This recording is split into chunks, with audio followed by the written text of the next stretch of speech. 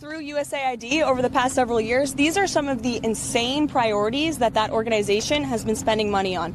$1.5 million to advance DEI in Serbia's workplaces, $70,000 for a production of a DEI musical in Ireland, $47,000 for a transgender opera in Colombia, $32,000 for a transgender comic book in Peru. I don't know about you, but as an American taxpayer, I don't want my dollars going towards this crap, and I know the American people don't either, and that's exactly what Elon Musk has been tasked by President Trump to do, to get the fraud, waste, and abuse out of our federal government. Thank you, guys. Yes, Democrats are getting sleepless night because Trump is draining the swamp.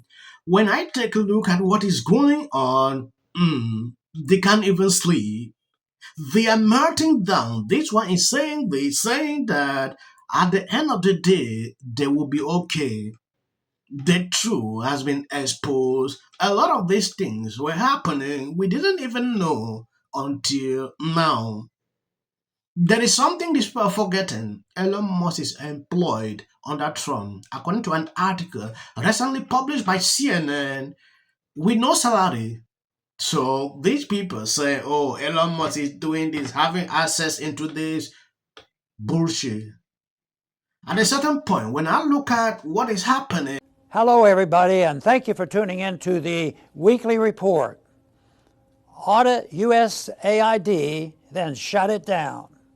As of this writing, when you attempt to access the U.S. Agency for International Development, USAID website, or social media pages, you are informed that this site can't be reached. The media reports that the new Trump administration has not only frozen USAID activities, but may be planning on bringing it back under control of the U.S. State Department.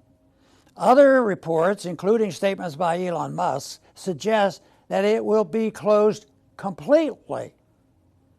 If true, the closing of USAID may be one of the most significant changes President Trump has made among the many dramatic actions in his first couple of weeks in office. Many Americans may still have the idea that USAID is a government agency delivering relief at disaster site overseas. They may still remember the bags of rice or grain with the USAID logo on them, but that is not USAID. USAID is a key component of the U.S. government's regime change operations worldwide. USAID spends billions of dollars every year propping up NGOs overseas that function as shadow governments, eating away at elected governments that the U.S. interventionists want to overthrow. Behind most U.S. foreign policy disasters overseas, you will see the fingerprints of USAID. From Ukraine to Georgia and far beyond, USAID is meddling in the internal affairs of foreign countries, something that would infuriate Americans if it was happening to us. When President Trump ordered a 90-day pause in USAID activities, we quickly learned just how pernicious the agency really is. Yes, when I saw what these people were doing when this was created, this Doge, they said it is ineffective. Oh, this is no government. Oh, this, insulted Elon Musk to a certain level. They first started by creating, like struggling to create a problem between the two. It didn't work out. Now they are changing their narrative. The media meltdown proves Elon Musk and Trump hit them at the right place where it hurt. When I look at the whole situation, Ron Johnson outlining what they have been doing, you should clearly see the truth here. They can't deny that. You saw the White House press secretary reading where your money is going. At a certain point, you will agree with what Elon Musk is doing. They thought we never had proofs. I saw people demonstrating today like, Elon Musk locked out this, Elon Musk is. Everyone can look this up if you're listening right now. In 2021, the U.S. Special Forces Perspective, under Mark Milley, our chairman of the Joint Chiefs, put out an entire instruction manual for how the U.S. military can work with the State Department and our intelligence services to organize a rental riot, to destabilize a country in order to bring them to the negotiating table.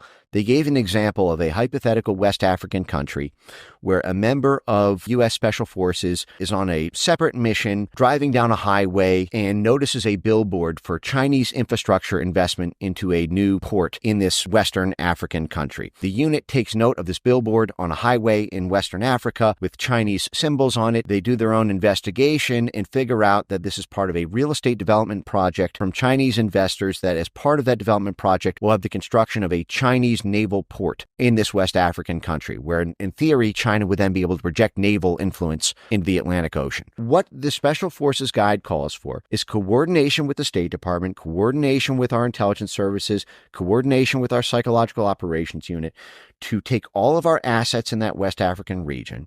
And in that case, what they did is they planned to work with the unions. What they did is they embarked in a social media influence campaign. They would activate all their media assets, all of their civil society institutional assets, and all of their union assets to have the union labor pool in that West African country. Well, actually, there was one thing that happened first, is they first then went, in this hypothetical, the State Department sent a delegation to persuade the West African country to forbid the development license to the Chinese developer. And the head of that West African government said no. Because something was happening in the hypothetical in the next 30 days, there was a time sensitivity to generate an instability event to stop this using time-sensitive emergency. And so the way they generated that was they worked with their union contacts in the region and the media contacts in the region and created this whole social media campaign to inflame the sentiments of the West African labor union workforce who were working for Chinese companies at the time. Because in this hypothetical, the Chinese mining firms and Chinese industry, was employing a lot of these Africans. And it was to destabilize the country, to bring the mines, to bring the factories, to bring all of the Chinese production in the region to a halt, and to put all these Africans out of jobs, and to bring the African government effectively to a standstill at the same time in their own special forces. Yes,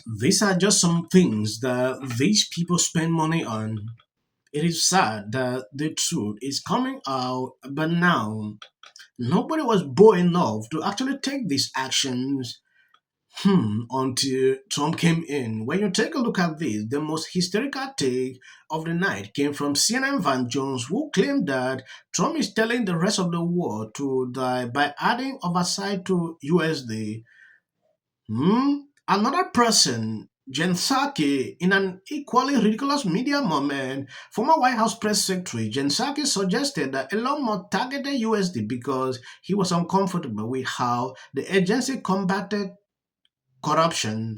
What corruption if you are using money doing your insane things? In another segment, President Trump has moved to dismantle USD, merging into the State Department under Marco Rubio to enforce oversight, stop taxpayers' dollars from fueling corruption, and ensure USAID saves American interests. This is Joy Behar, Joy Real, melting down about the same thing. We can brag on Marco Rubio. I'd be happy to do it, but I'm going to tell you right now, people are going to die in very large numbers around the world who are expecting the United States to live up to our promises, to get them medicine, to get them help. And when that happens, people are going to remember that. There are people right now who have HIV who are alive only because the United States is making sure of that. Donald Trump says, we don't care. You go die. That's the message from the United States government. It is the wrong message to be sending, and it opens up the door for China and other people to say, at least we're a stable government who's not going to leave you out here to die. That's this is not an abstract conversation for people around the world. Unelected best friend, Elon Musk.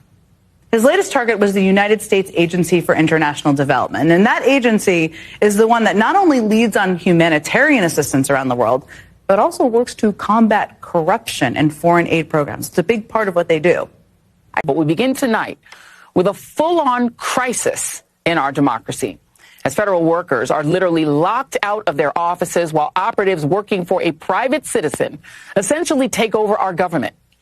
Their tactics include turning off our federal websites, deleting government-funded research that you, the taxpayer, paid for to impose speech codes, bullying news organizations by demanding interview transcripts, implementing an FBI purge, locking federal workers out of their computers, and even turning them away at their offices while giving themselves, without congressional or any other authorization. Hey guys, today is February 3rd. It's been since January 24th since the House has been in session, and the Democrats have been home the entire time, the last 10 days that all this stuff's going on. Okay, here's an idea. I'm sick of typing this out, so here's an idea, guys. How about all these agencies where employees are being locked out of, how about you send members of Congress with those employees to walk them into work, or just send members of Congress to go into the building and investigate what these people are doing. Dare them to stop you because they can't. Okay, that's a free idea. Why is it that the former Republicans are the ones that are coming up with all the ideas? Get out there and do something. You're in the minority. Your message is your weapon. Use your message. Quit staying at home. At the end of the day, I just realized this is propaganda. They don't even report the truth. A number of these people came out today to demonstrate. Really a sad day in America. We are witnessing a constitutional crisis. We talked about Trump wanting to be a dictator on day one, and here we are. This is what the beginning of dictatorship looks like. When you gut the Constitution and you install yourself as the sole power, that is how dictators are made. What Trump and Elon and all of their cronies are trying to do is take away the constitutional power of Congress. I am exceptionally upset about USAID. We begin with this Fox News alert. President Trump has the world's attention now. He came through on a campaign promise. If the tariff Any clip you see behind my videos, that is just for algorithm. You can stop here. God bless you abundantly. Please always share the videos. It motivates me and the algorithm picking up to recommend. Cowboy Carter. DEI is not a threat, it's a gift. If Taylor wins, she could become the first artist. Right, make her feel good. It's essential. Early on, immediately. She's probably been put in there because, according to Donald Trump, she's a 10. To her. No, the EU does not treat the U.S. fairly on trade and that he has some big complaints. Is that true?